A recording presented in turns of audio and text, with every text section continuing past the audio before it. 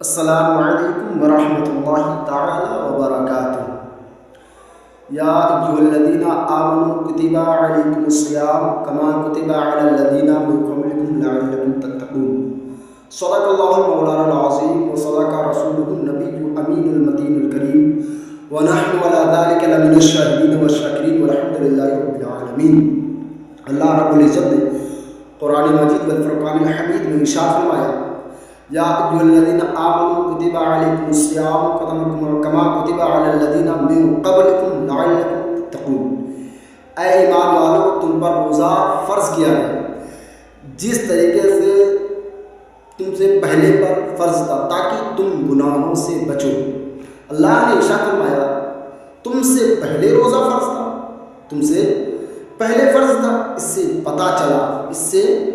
پتہ چلا کہ دنیا میں اللہ رب العزت نے 1,24,000 کم و بیش 2,24,000 انبیاء کرام کو دنیا میں بھیجا، اور ان کی امتوں پر جس طریقے سے اللہ نے روزہ فرض کیے تھے اسی طریقے پر اپنے پیارے حبیب صلی اللہ علیہ وسلم کی امت پر فرض کیا۔ اب اللہ نے اس کو فرض کر دیا، ہم کو اور آپ کو چاہیے کہ ہم زیادہ سے زیادہ روزے رکھیں تاکہ ہم گناہوں سے بچے رہیں۔ چاہے ہم سفر میں ہوں، چاہے کہیں بھی ہوں، ہم پر روزہ فرض ہے۔ لیکن ہم کیا کرتے ہیں؟ ہم روزہ نہیں رکھتے، اور دنیا کی جتنی خرافات باتیں ہوتی ہیں، اینی ٹائم یہ ہوتا ہے، بعض اکثر لوگوں کا یہ نظریہ ہوتا ہے کہ جب روزے کا وقت قریب آتا ہے تو ہم میں بیماری لاحق ہو جاتی ہے، ہم بیماری کے باعث ہونے لگتے ہیں، کہتے ہیں ہمیں فلاں بیماری۔ یاد رکھو مسلمانوں، نبی کریم صلی اللہ تعالیٰ علیہ وسلم نے ارشاد فرمایا، جس نے جھوٹ کی بیماری اپنے اندر وہ لاحق کرنے لگا، ثابت کرنے لگا، اللہ رب العزت اسے سچ مچ کی بیماری میں مبتلا فرما دیتا ہے۔ ہم روزے سے بچنے کے لیے آج ہم کہہ دیتے ہیں کہ ہمیں بیماری ہے، لیکن جھوٹ ہوا ہے، ایک گناہ تو اس کا ہوا کہ جھوٹ کا۔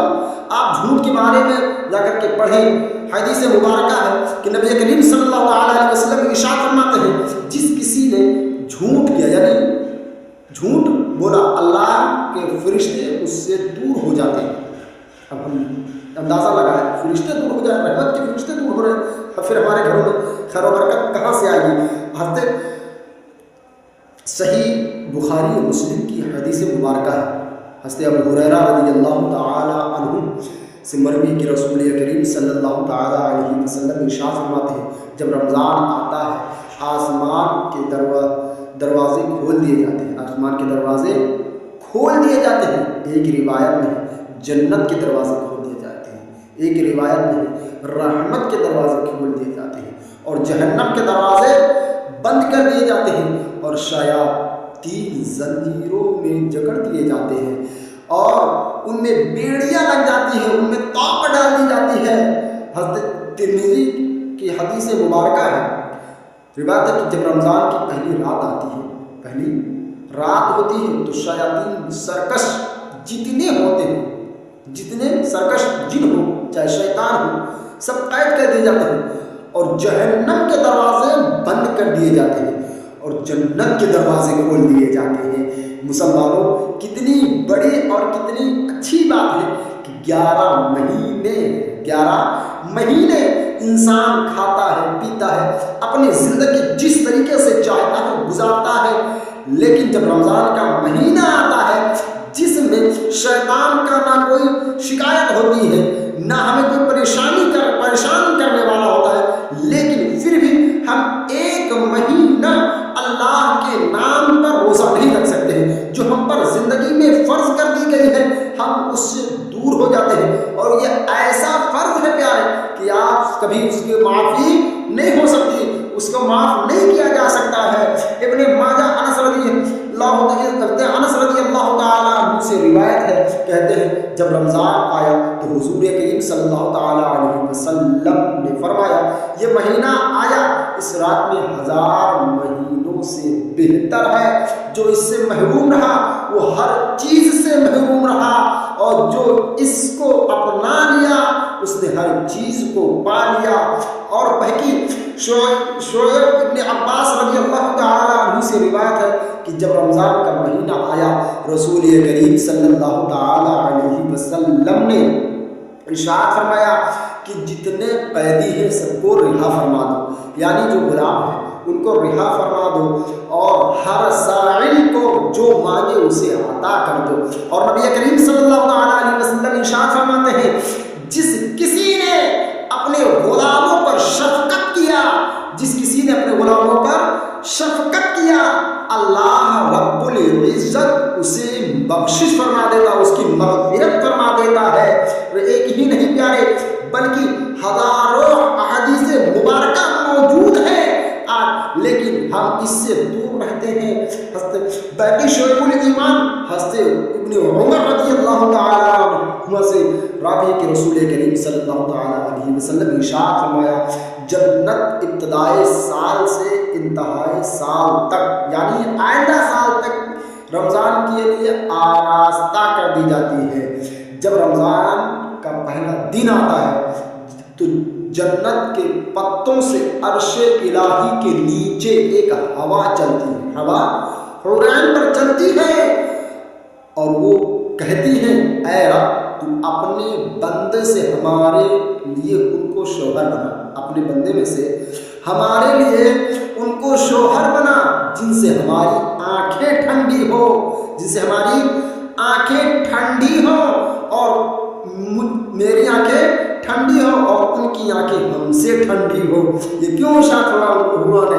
کیونکہ ہم روزے دار ہیں۔ اور سنو پیارے، اللہ رب العزت ارشاد فرماتا ہے روزے دار کے منہ کی بو میرے نزدیک مشک اور عنبر سے بہتر ہے۔ اس سے پتہ چلا کہ جو روزہ رکھتا ہے اللہ رب العزت اس کے لیے ہر طرف سے نعمت کا انتظام کرتا ہے، اس کے لیے ہر طرف سے نعمت ہے، لیکن ہم اس چیز سے دور رہتے ہیں۔ باقی شعیب الایمان میں سلمان فارسی رضی اللہ تعالیٰ عنہ سے روایت ہے کہ نبی کریم صلی اللہ تعالیٰ علیہ وسلم نے ارشاد فرمایا شعبان کے آخری دن میں نصیحت کی، آخری دن میں وعظ و تقریر کیا کہ اے لوگوں تمہارے پاس عظمت والا مہینہ آیا، وہ مہینہ جس میں ایک رات ہزار مہینوں سے بہتر ہے، جس میں ایک رات ہزار مہینوں سے بہتر ہے، اس کے روزے اللہ تعالیٰ نے فرض کیے، اور اس کی رات میں قیام کرنا یعنی نماز پڑھنا تو یعنی سنت، اور اس میں نیکی کا کوئی کام کرے تو ایسا ہے جیسے کسی نے نیکی کا اگر کوئی کام کرے تو ایسا ہے جیسے کسی نے فرض ادا کیے، اور جس کسی نے ان دنوں میں فرض ادا کیا، جس کسی نے فرض ادا کیا اس نے 70 فرض کو انجام دیا، 70 فرائض کام کیے۔ اس سے کتنی بڑی نعمت ہے مسلمانوں کے لیے، کتنی زیادہ فضیلتیں ہیں۔ یہ مہینہ صبر کا ہے، اور صبر کا ثواب جنت ہے، اور اس مہینے میں مومن کا رزق بڑھا دیا جاتا ہے۔ یعنی جب رمضان کا مہینہ آتا ہے تو مسلمانوں یعنی مومنینوں کا جو رزق ہوتا ہے اللہ رب العزت ڈبل کر دیتا ہے، دوگنا کر دیتا ہے، بڑھا دیتا ہے۔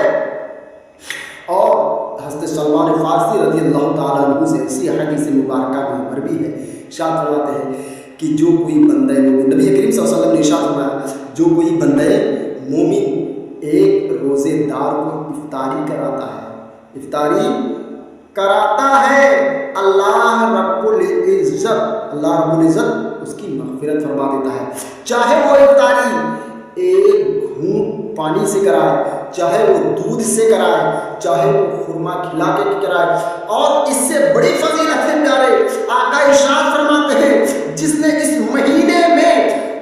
مہینے میں ایک روزے دار کو بھرپیٹ کھانا کھلایا، اللہ تعالیٰ میرے حوض سے اس کو پانی پلائے گا، اور وہ پانی کا انجام اور اثر یہ ہوگا کہ کبھی پیاسا نہیں ہوگا، اور سیدھا جنت میں داخل کر دیا جائے گا۔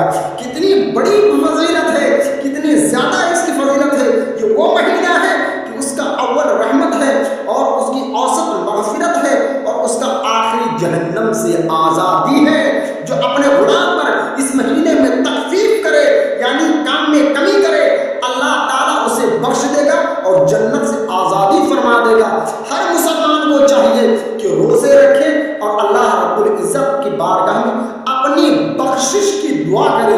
اور رات کو زیادہ سے زیادہ عبادت کرنے کی کوشش کریں۔ اور ایک اہم مسئلہ آپ کو معلوم ہونا چاہیے کہ جو ہم 11 مہینے تو ہم تہجد کی نماز نہیں پڑھ پاتے ہیں، لیکن رمضان کا ایک واحد مہینہ ہے کہ ہم سحری کرنے کے لیے اٹھتے ہیں، تو ہمارے لیے یہ سب سے زیادہ ثواب کا کام ہے، سب سے زیادہ ہم بہت بہتری کے ساتھ عمل کر سکتے ہیں اس پر۔ جب ہم سحری کے لیے اٹھیں تو رات کے وقت ہم تہجد کی نماز پڑھیں۔ تہجد کی نماز کب شروع ہوتی ہے پیارے؟ جب ہم ایک نیند سو کر کے اٹھیں، تبھی سے تہجد کا وقت شروع ہو جاتا ہے۔ اور طلوع فجر سے پہلے، یعنی جب فجر کی سفیدی چمکنے سے پہلے، یعنی جب اذان اس سے پہلے رہتا ہے، تو ہم جب اٹھتے ہیں تو اس درمیان تقریباً 2 بج رہے ہوتے ہیں، 2:30 یا 3 بج رہے ہوتے ہیں، اس درمیان تہجد کا وقت ہوتا ہے۔ ہر مسلمان کو چاہیے اس میں تہجد کی نماز پڑھے، کیونکہ ایک مہینہ تو آپ تہجد کی پابندی کر سکتے ہیں۔ ہم سحری کرنے کے لیے اٹھتے ہیں تو اس میں ہم چاہیے ہم کو کہ ساتھ اس کی بھی احتیاط کریں کہ ہم زیادہ نہیں تو اس مہینے میں، یعنی رمضان کے مہینے میں ہم تہجد کی نماز پڑھ لیں۔ اللہ رب العزت کی بارگاہ میں دعا ہے ہم کو اور آپ کو سب سے زیادہ اس پر عمل کرنے کی توفیق عطا فرمائے اور زیادہ سے زیادہ تہجد پڑھنے کی توفیق عطا فرمائے۔ یہ تنہا اور ایک مہینہ ہے پیارے کہ ہم تہجد کی پابندی کر سکتے ہیں۔ ہم کو اور آپ کو چاہیے کہ زیادہ سے زیادہ اس پر عمل کریں۔ میں اللہ رب العزت کی بارگاہ میں دعا ہے میرے بولنے میں کسی قسم کی غلطی ہوئی ہے، اللہ رب العزت معاف فرمائے، اور رب کی بارگاہ میں دعا ہے ہم سب کے رمضان کے صدقے میں بخشش فرمائے۔ وما علینا الا البلاغ۔ السلام علیکم ورحمۃ اللہ تعالی وبرکاتہ۔